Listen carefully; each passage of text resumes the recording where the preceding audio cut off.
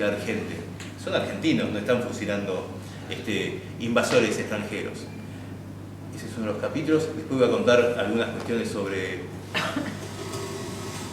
la siguiente dictadura, que es la de Onganía Lanús. En realidad yo cuento el fusilamiento de Trelew, y esto tiene que ver porque cuento la historia de un chico que vivió ahí en la zona de San Miguel, en la zona de Campo de Mayo, y me sirve para contar alguna historia sobre una escuela típica, escuela privada típica de San Miguel. No ahondo en esto porque por ahí no nos interesa demasiado, pero estoy contando algo de esa dictadura previa a la del 76. Cuento algo sobre la AAA y los enfrentamientos que hubo ahí en la región, y me meto de lleno a contar Campo de Mayo. Lo cuento de dos maneras distintas, son siempre historias. Por un lado voy a contar el funcionamiento del Campo de Mayo durante la dictadura. Cómo Campo de Mayo tuvo distintos centros clandestinos de detención.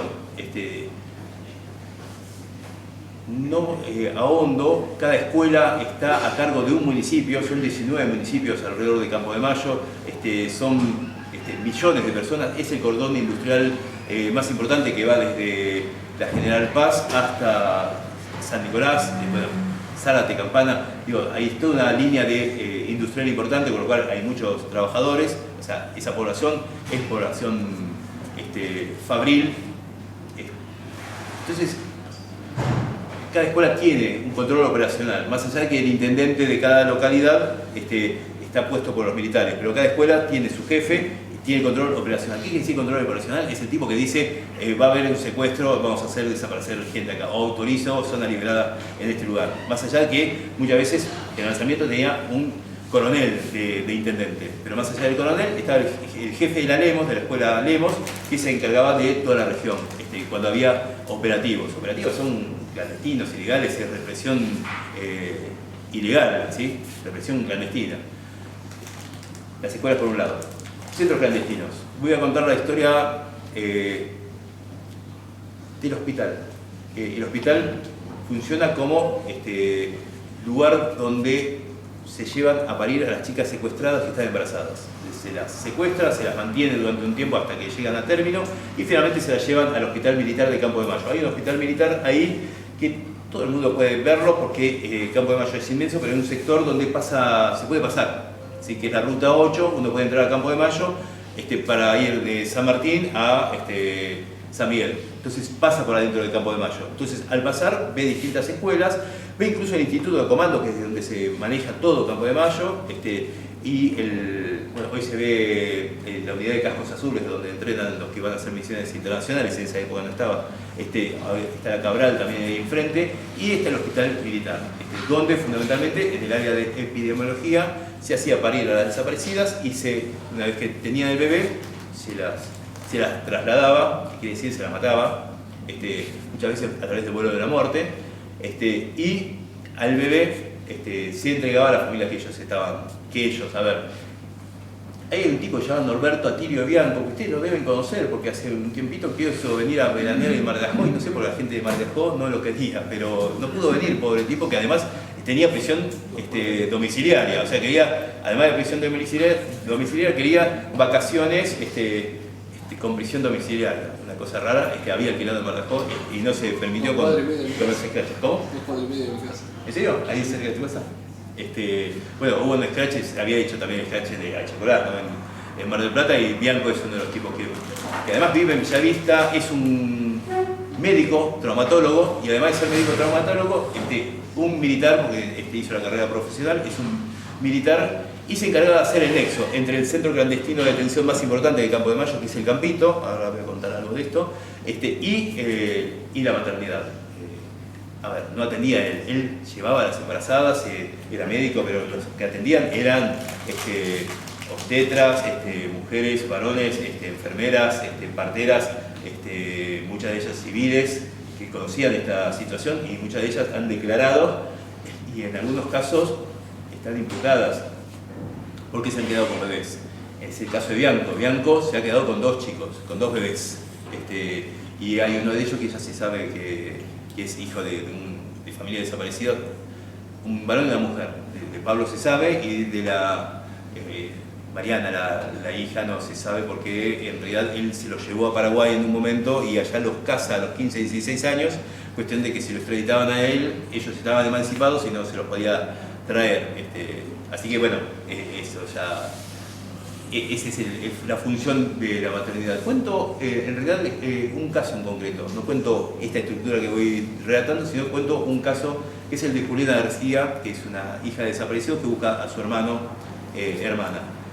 Y esto me sirve para contar esa búsqueda y contar una historia con final feliz, y puede haber un final feliz acá, porque finalmente Juliana, que buscaba a su hermano, descubre que no era su hermano, sino que era una chica, una bebé, que fue secuestrada, que se fue apropiada, mejor dicho, por un oficial del batallón de inteligencia 601, que funcionaba también en Campo de Mayo.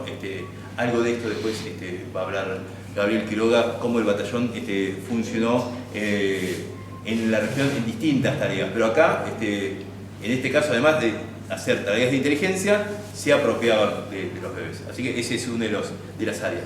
La otra área que dije que menciono, otra historia que cuento, es la de Juan Carlos Scarpati. No interesa demasiado quién es, aunque cuento algo de esto, pero Juan Carlos Scarpati es un militante que fue secuestrado, se resistió un poco y le metieron 9 balazos. Así que se lo llevan al Campito, al centro clandestino, que es el centro clandestino más grande junto con el de la ESMA y el de la Perla en Córdoba.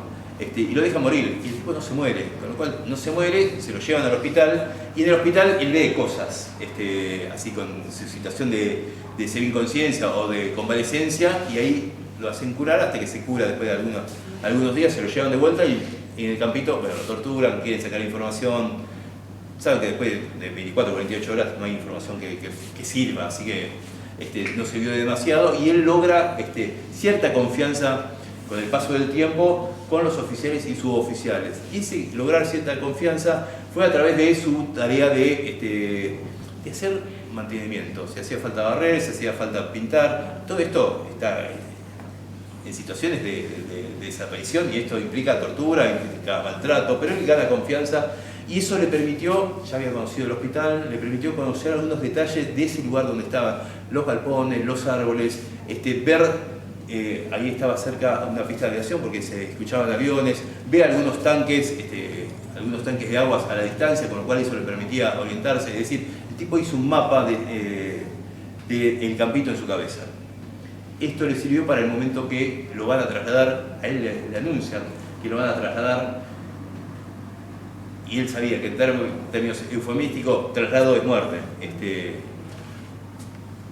él entiende que lo van a matar. Y en el traslado no entiende muy bien si se lo están llevando a Palomar, si lo están llevando a La Tablada, esto es en La Matanza. Lo cierto es que él hace una maniobra para desarmar al tipo que lo está pifiando en la camioneta que lo traslada, y se escapa.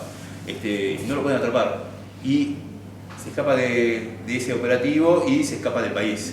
Y es el tipo que denuncia a nivel internacional el funcionamiento de este centro clandestino, con todos los detalles. Cuenta su historia brevemente, pero cuenta los detalles del Campito, el funcionamiento, los galpones, los perros, los perros te daban la bienvenida, no te iban ablandando para romper el hielo, te mandaban 3 o 4 perros para que te mordieran. Y a partir de ahí, los nombres de guerra de los que estaban trabajando ahí, algunos nombres propios, el funcionamiento de la maternidad. De hecho, él menciona algunas desaparecidas que él vio embarazadas en la misma maternidad. Así que cuento un poco esto, que es una especie de descenso al infierno, porque es lo peor de Campo de Mayo. Otro capítulo es sobre la cárcel de Causados, que no hablo de la cárcel de Causados, sino que hablo del secuestro de la cúpula del Banco de Hurlingham. El Banco de Hurlingham es muy famoso porque sirvió en la década del 70 para el lavado de dinero del secuestro de los bonds que hicieron los montoneros. Lo cierto es que con la muerte de Greiber, que es el que manejaba el banco, se venden las acciones y entra otro grupo empresario. Pero ya en dictadura, los milicos piensan que este grupo empresario en realidad es una mascarada, son todos montoneros que vienen a reemplazar al grupo Greiber. Así los secuestran a todos, son como 30, incluso una mujer embarazada, se los llevan a la cárcel de Causados, y eso quiero contar. Los acusan de terrorismo económico y los torturan y los interrogan. los que interrogan no son oficiales ni suboficiales, son civiles, pero no un civil pinche, son integrantes del Banco Central, el vicepresidente del Banco Central, por ejemplo, y gente de la Comisión Nacional de Valores. O sea, cuando hablábamos de dictadura cívico-militar, no es que los civiles acompañaron, acá interrogan directamente. Entonces, esto lo contamos en detalle con algunos nombres, incluso algunos de los afectados en el secuestro, cárcel de causados. Y cuento, por ahí empieza la historia y por ahí se vincula un poco con la costa, no porque cuento la costa, pero sí tiene que ver con los pueblos de la muerte. En abril del 76 hay dos artículos que aparecen en Clarín sobre la aparición de cuerpos en las playas, no acá en la costa argentina, sino en las costas uruguayas. Y ahí es donde se empieza a hablar primero de la teoría de los coreanos. Son supuestos coreanos que se pelearon en el barco, los mataron y se los tiraron al mar y aparecieron en la costa uruguaya. Es el primer artículo. El segundo artículo son coreanos, pero no son solamente coreanos, sino son unos pervertidos que estaban en una orgía, porque apareció una mujer. O sea, aparece una mujer y es orgía. Segundo artículo de Clarín. Mayo hay dos artículos más. Aparecen otro cuerpo, y el cuarto artículo es mucho más extenso y habla de un octavo cuerpo que tiene un tatuaje, que es FA. Hay descripción en la causa judicial cómo lo torturaron a este tipo, que dice 35 años, pero se sabe que tenía 15, justo cumplía 15, el 15 de mayo, cuando lo encontraron flotando frente a Montevideo. Y era FA Floreal Avellaneda, un pibe de 15 años, 14 cuando fue secuestrado, en la zona de Munro, junto a su mamá, Iris Pereira de Avellaneda. Lo llevaba a Villa Bartelli y de ahí a Campo de Mayo. Y podemos decir que Floreal, un adolescente que estaba en el colegio secundario, es una de las primeras víctimas de los vuelos de la muerte. Y en esa época los vuelos eran hacia el este, hacia la costa uruguaya, por eso aparecían allá. Esas apariciones permitió corregir esos errores y empezaron a tirarse más hacia el centro del río, ya en el límite con el mar, y las sudestadas en algún momento permitió que aparecieran estos cuerpos acá, a metros nada más, Mar de Ajó, San Clemente, algunos en Pinamar, pero acá en Santa Teresita aparecen cuerpos. ¿Y de dónde salían esos vuelos?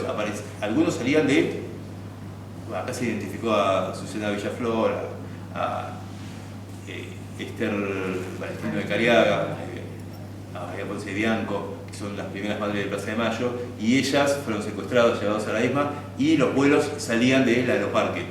Pero en el caso del Negrito Avellaneda, que así se lo conocía, Floreal se le decía el Negrito, esos vuelos salen de Campo de Mayo, porque el Campo de Mayo es tan grande que tiene una pista de aviación, que si vos recorres Campo de Mayo, los lugares donde puede circular la gente civil, no lo puede ver, no se ve. Incluso se sabe que la dirección hacia dónde iba la pista, hay pistas para vuelos de gran porte, se dio vuelta y se reemplazó los aviones por helicópteros.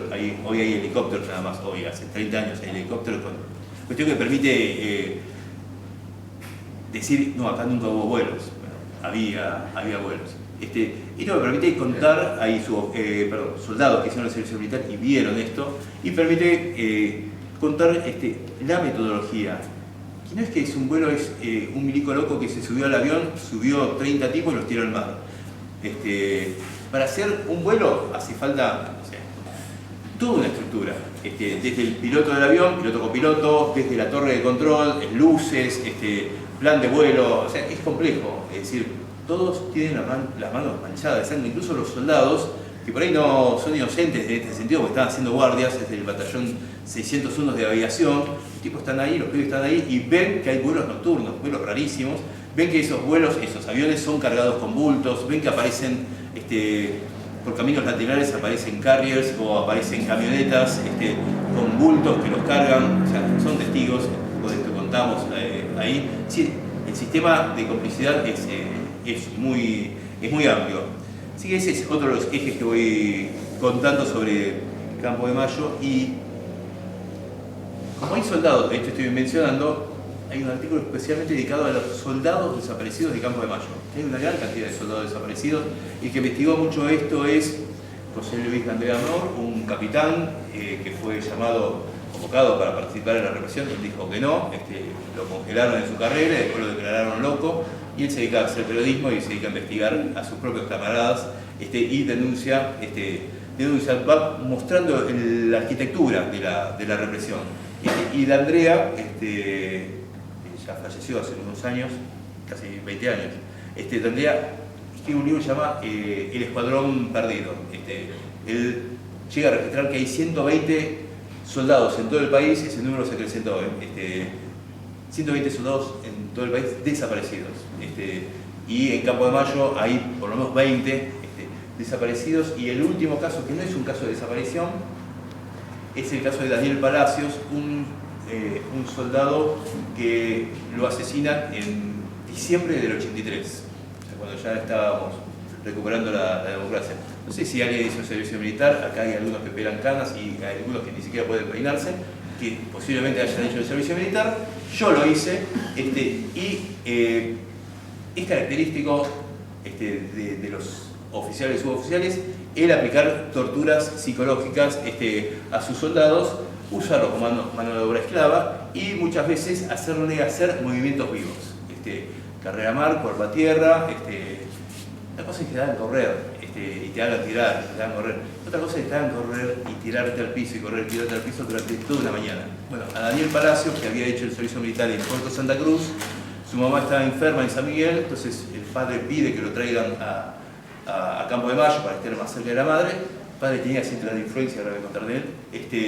Lo trae a Campo de Mayo, y un oficial, para castigarlo, por izquierda, por hacerse el canchero que se hace traer de Puerto Santa Cruz a Buenos Aires, cerca de la casa de mamita, lo tortura hasta que el pibe muere, ¿sí?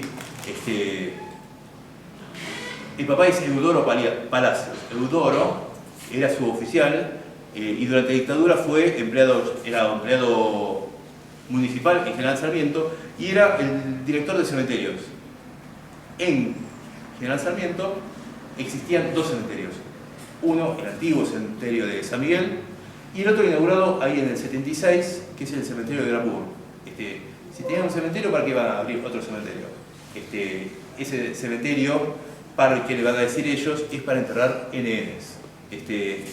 En muy poco tiempo, del 76 al 80, hay cerca de 300 NNs. Un NN es un tipo que tiene un accidente, los familiares no lo reclaman, y puede haber uno o dos por mes con mucha furia. Pero acá había de golpe, apenas inaugurado 300. Eudoro era el tipo que abría la puerta de los cementerios para hacer los enterramientos NNs. Esto es una especie de ley de boomerang, ¿no? El colaborador activo de la dictadura termina perdiendo a su hijo el último mes de la dictadura. Después fue uno de los tipos que impulsó el FOSMO para que se eliminara el servicio militar, y esto ya fue hacia el 94. Cuento el libro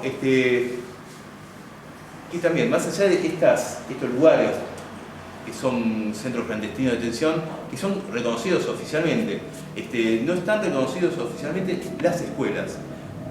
Ahora hay causas judiciales, hay 3 causas judiciales vinculadas al Campo de Mayo, una es sobre contraofensiva, pero hay muchos que dicen, por ejemplo, me secuestraron y me llevaron a la escuela de caballería. Bueno, la escuela de caballería en Campo de Mayo es un centro clandestino, y no se lo suele mencionar. Justo ayer estuve presentando el libro en Malvinas, y me acompañó un ex detenido desaparecido de Campo de Mayo. Y yo no conocía en detalle la historia, pero él dice, me llevaron a la escuela de caballería. Otro testimonio más, yo estoy recogiendo para mostrar que Campo de Mayo tiene en las escuelas, pero principalmente la escuela de caballería, la escuela de Sargento Cabral, tiene centros clandestinos propios más allá del campito, o la cárcel de causados, o la maternidad. Así que, digo, ese es uno de los puntos que quería contar. Pero más allá de esta estructura, lo que quiero mostrar es cómo la dictadura apunta a sectores. Ya mencioné distintos sectores, pero apunta a sectores que por ahí no los mencioné. Por ejemplo, a los docentes. Cuento la historia de una docente, una directora de escuela secuestrada en Grambur. Cuento esta historia, pero en realidad después enumero una cantidad de docentes que en esa región General Sarmiento son cerca de 12 y que han sido desaparecidas. Los docentes fueron un blanco preferencial en este caso. Estamos nosotros recordando los desaparecidos en la Noche de los Lápices. El 29 de mayo del 76 hay una serie de secuestros en Capital. El 29 de mayo es el Día del Ejército. Hay una serie de secuestros de pibes que salían de reuniones de la UES y algunos de ellos fueron llevados al Vesubio. Un mes después, hacia el 3 de julio, aparecen en Delviso, no aparecen, se los llevan a Delviso, los fusilan y les cuelgan un cartel que dice "Yo soy montonero". No queda muy claro por qué, si estaban en el Vesubio, que queda lejísimos de Pilar, los terminan llevando hacia esa zona. Pero digamos que ahí hay chicos de 18 y 19 años, son 2 varones y una chica que son fusilados ahí, y después se sabe que fueron enterrados en el cementerio de Gramburg. Son algunos de esos 300 NN, de los cuales, de esos 3, se logró identificar 2. ¿Sí? Hay un tercero que no se lo identificó. Cuento también cómo se apunta a los trabajadores. De manera especial yo voy a contar el caso de los municipales, un caso de municipales ahí, de empleados municipales, y cuando hablo de empleados municipales estamos hablando, ahí uno era concejal, que había sido, que en ese momento era remisero, pero había sido concejal y antes había sido el portero del hospital de San Miguel. Otro es un médico del hospital de San Miguel, otro es una enfermera, otro es una cocinera. Son todos empleados municipales, pero tienen distintas oficios. Cuenta ese relato como para poner el ejemplo que los trabajadores fueron de manera especial perseguidos. Y hay un caso que a mí me interesa mucho rescatar, que no tiene nada que ver con Campo de Mayo, pero sí la zona. La zona dijimos que es una zona de 19 municipios, y es el caso de Alfredo Ayala. No por tanto Alfredo Ayala valga mucho, vale mucho, porque en realidad lo que quiero contar es la historia del movimiento villero peronista. Se habla siempre del movimiento villero, pero nunca te habla de un villero. Bueno, Alfredo Ayala es un villero. Alfredo Ayala vale por su testimonio como villero. Hoy vive en la Villa Uruguay, que es donde siempre vivió, es un tipo correntino que viene en las migraciones internas y después empieza a militar. Y es secuestrado y llevado a la ESMA, y se escapa 2 veces de la ESMA. Una de la ESMA en sí y otra de la Isla del Silencio, con lo cual me permite contar algo sobre la Isla del Silencio. Pero digo, son distintos sectores que va a apuntar la dictadura. Y 2 cuestiones más como para terminar hablando del libro. Les voy a pedir que no lo compren, porque yo se los conté, así que no hace falta. Es la crítica que me hacían con los aviones negros, yo contaba todo el libro. Más allá de Campo de Mayo, más allá de sectores que apuntan a la dictadura, hay 2 hechos importantes que quiero mencionar, y hay dos capítulos sobre eso. Uno es el Mundial 78. En la región que está vinculado a Campo de Mayo, en José de Paz, en un barrio en Perrofrino, ahí está concentrada la selección de fútbol que va a terminar ganando el campeonato mundial, la selección de Menotti, la selección argentina. Entonces, no hablo de fútbol porque de fútbol, la verdad, no sé demasiado, no sé nada. Tipo que es hincha de Racing, no puede saber demasiado de fútbol, más allá de que le digan los académicos, no la academia. Hablo del clima social, del clima económico, qué es lo que pasó con Frino, qué es lo que se vivía en esa época, cómo se limpió el barrio para que no molestara, cómo 200 soldados se instalaron en ese barrio para vigilar, para cuidar a Menotti y a sus jugadores, cómo Menotti se escapaba de la concentración. Menotti es del Partido Comunista. Se escapaba de la concentración para tener reuniones con dirigentes del Partido Comunista, se escapaba escondido dentro de un auto. Bueno, cuento un poco del clima de época en lo que es el Mundial. Y otro, lo último que quiero contar, es cómo la dictadura, más allá de hacer desaparecer obreros, estudiantes, amas de casa, robar bebés, hace desaparecer algo que no se menciona demasiado, hace desaparecer universidades. Y en esa región hace desaparecer la Universidad de Luján, elimina la Universidad de Luján. En el 79 la borra del mapa, la presión de los egresados, de los estudiantes, de la comunidad, no de Luján solamente, porque la Universidad de Luján es de avanzada en ese sentido, porque tiene, cuando se inaugura hacia el 73, abre sucursales regionales en distintos lugares alrededor, entre ellos había una, ahí en la región en José de Paz había una regional con distintas carreras que son originales porque la UBA, por ejemplo, no las tenía. La presión de esta comunidad estudiantes, egresados, docentes y las distintas comunidades, va a permitir que una de las primeras medidas de Alfonsín en el 84 sea la reapertura de la Universidad de Luján. Pero digo, la dictadura tiene ese tupé, ¿no? No solamente de censurar, no solamente de perseguir intelectuales, sino también de cerrar universidades.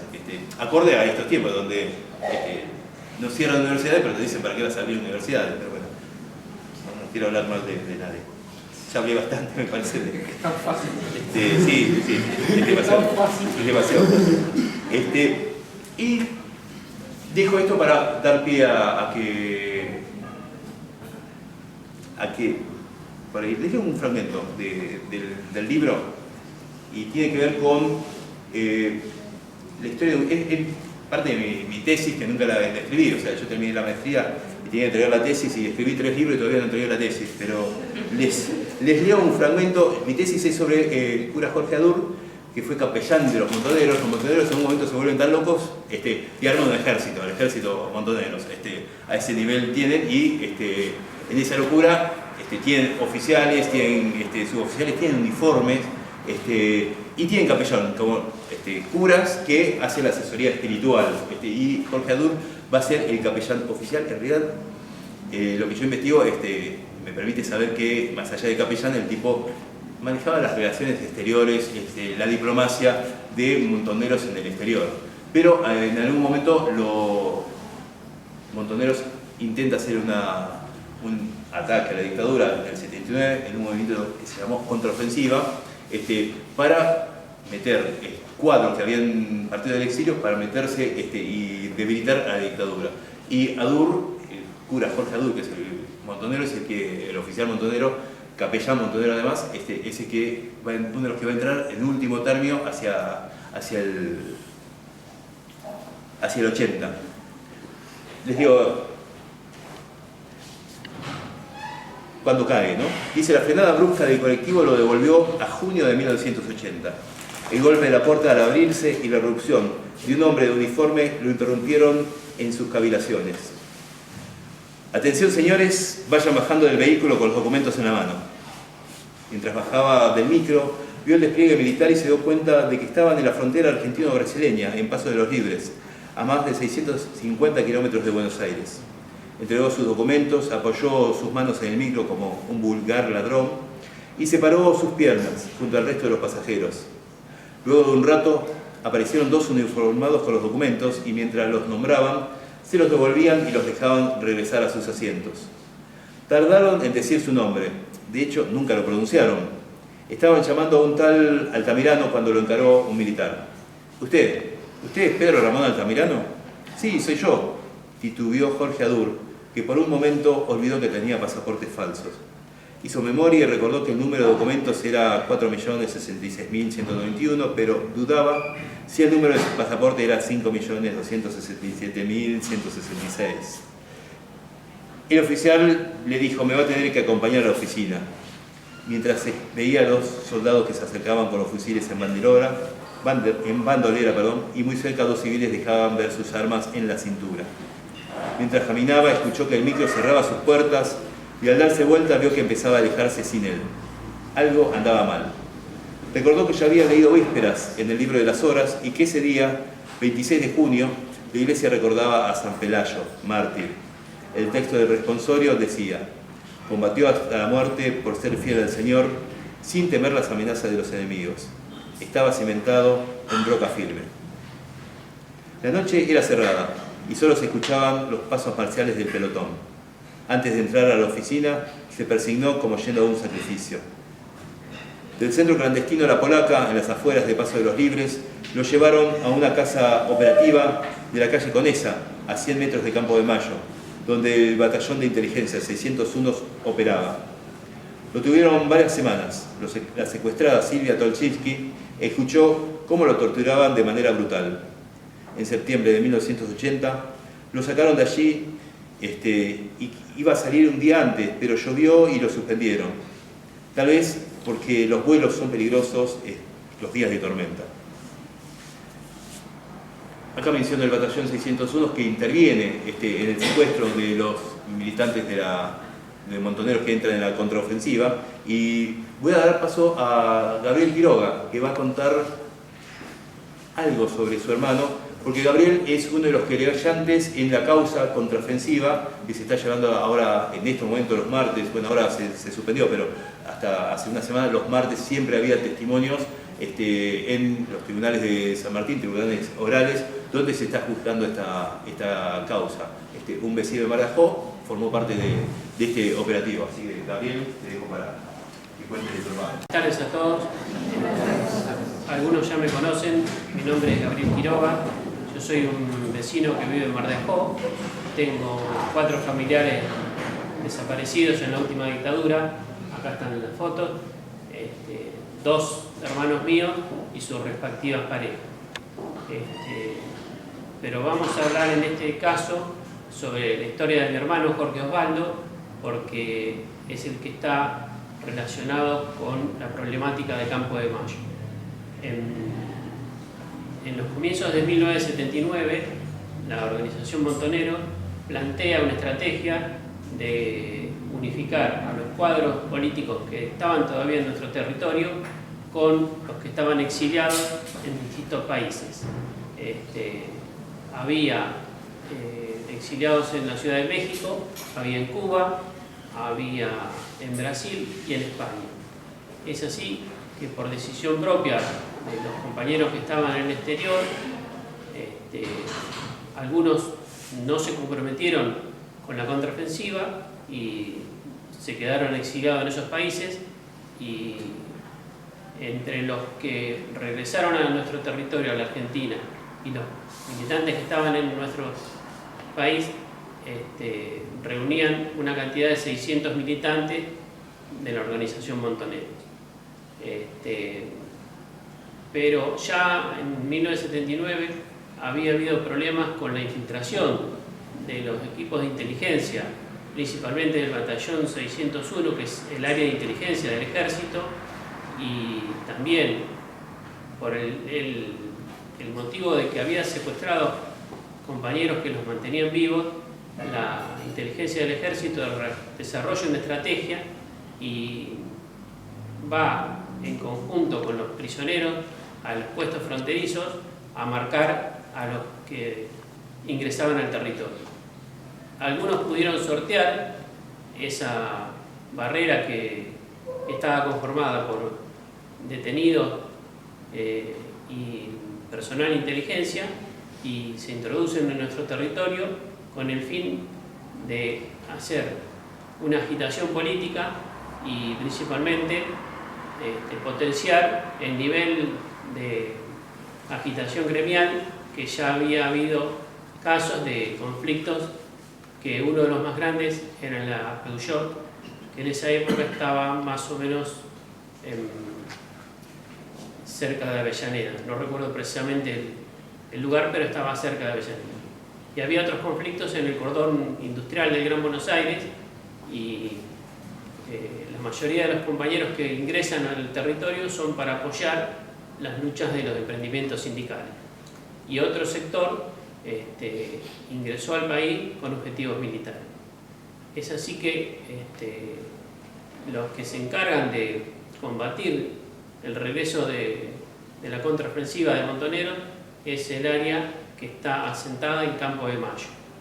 Por eso hacemos referencia a lo escrito acá por el señor Domínguez y la relación con mi hermano. En muchos casos hay testimonios de detenidos que recuperaron la libertad, de que lograron los integrantes del ejército, de la batallón de inteligencia, llevar detenidos vivos. Pero fueron el menor de los casos, porque la mayoría de los militantes que habían ingresado a la Argentina sabían y conocían de los campos de concentración, que los tormentos que le infligían a los detenidos, entonces tenían como consigna propia no entregarse con vida. Así que son contados los casos de que llegaron detenidos con vida al centro de Campo de Mayo. El Campo de Mayo es como una región donde hay diferentes estados. Por ejemplo, está el Campito, está la parte del aeropuerto, está la parte de donde la maternidad. O sea, es tan grande el espacio que no todos tenían conexión. Había determinados equipos de inteligencia que actuaban y se referenciaban con un espacio y no se conocían con los otros. Era también un tema de tener relevancia en las acciones para progresar meritoriamente en su carrera militar. La causa contraofensiva, nosotros estuvimos trabajando 3 años en conjunto con sobrevivientes, en conjunto con el resto de familiares, y además con los abogados que trabajan en causa de lesa humanidad y con la Fiscalía, que es la parte acusatoria. En el caso de mi hermano, nos presentamos a declarar, somos querellantes y somos testigos, porque en la causa Circuito Camp y el Chicolás yo declaré solamente como testigo. En este caso nos presentamos junto con mi hermana Aide Mabel, y previo a la declaración somos asistidos todos los familiares que damos testimonio por un equipo de psicólogos que medianamente te hacen una contención, porque el momento que uno pasa en esos espacios de juicios federales es bastante complicado, porque estás con la presencia de los 8 acusados en este juicio, también están los abogados que defienden a los represores, que te cuestionan todas las cosas que uno dice, y es como si te echaran sal en las heridas, porque te vuelven a revictimizar de lo que ocurrió con tu grupo familiar, y tienen información de la actividad de los familiares, porque también hicieron inteligencia sobre los familiares. Porque en el caso mío, mi casa en Mar de Ajó fue allanada en 1976, que estaba, en ese momento en mi casa estaba mi mamá y yo, pero nosotros tenemos testimonio de personas que han sido vigiladas permanentemente por ser familiares de prófugos de personas que tenían actividades políticas. Y a medida que uno avanza en la investigación, también trabajamos con los documentos desclasificados que vinieron de Estados Unidos, y ahí también hay aportes con mucho valor, porque ahí se queda reflejado el apoyo que les brindó la CIA y el Mossad a los militares argentinos. También hubo una contraprestación de favores, porque los militares fueron con los contras en Nicaragua. También esa relación de contraprestación se refleja expresamente en los legajos de los militares que participaron en Campo de Mayo. Y la verdad que no es, uno se siente aliviado después que declara, pero en ese momento, por momentos, es tan tremendo la vibración que te provoca que no te salen las palabras. Pero bueno, esto es parte de la historia que a nosotros nos atravesó por nuestro cuerpo, y a otros no los afectó en forma directa, pero indirectamente hoy estamos sufriendo los efectos negativos de una política económica que eleva y potencia el plan de Martínez de Oz, y cuando asume el gobierno actual provoca otro golpe de Estado, pero esta vez sin disparar un solo tiro. Un golpe de Estado, a nuestro entender, económico financiero, que hizo que toda la población o gran parte de la población retroceda en su nivel de ingreso, en su nivel de puestos de trabajo, en sus niveles de educación y de salud. Es por eso que nosotros hacemos referencia a esta relación, a este vínculo que se produce, porque esta vez fueron más inteligentes. no necesitaron matar a nadie para imponer un nuevo terrorismo de Estado en la forma, a través de la economía. Y no sé hasta cuándo puede llegar a ejercer este gobierno, pero cada día que pasa nos vemos más perjudicados. Nuestro compromiso va a ser continuar. Nosotros vamos a seguir denunciando, vamos a seguir participando en los juicios, vamos a seguir pidiendo que no le den libertad domiciliaria a los represores, pero para que tengan una noción de la cantidad de represores que hubo, solamente están juzgados el 10% y condenados el 7%. Y nos faltan recuperar los 400 nietos que no tienen su verdadera identidad. Bueno, yo siempre estuve comprometido con el tema de la memoria, de la verdad y la justicia, y les agradezco que escuchen con tanta atención.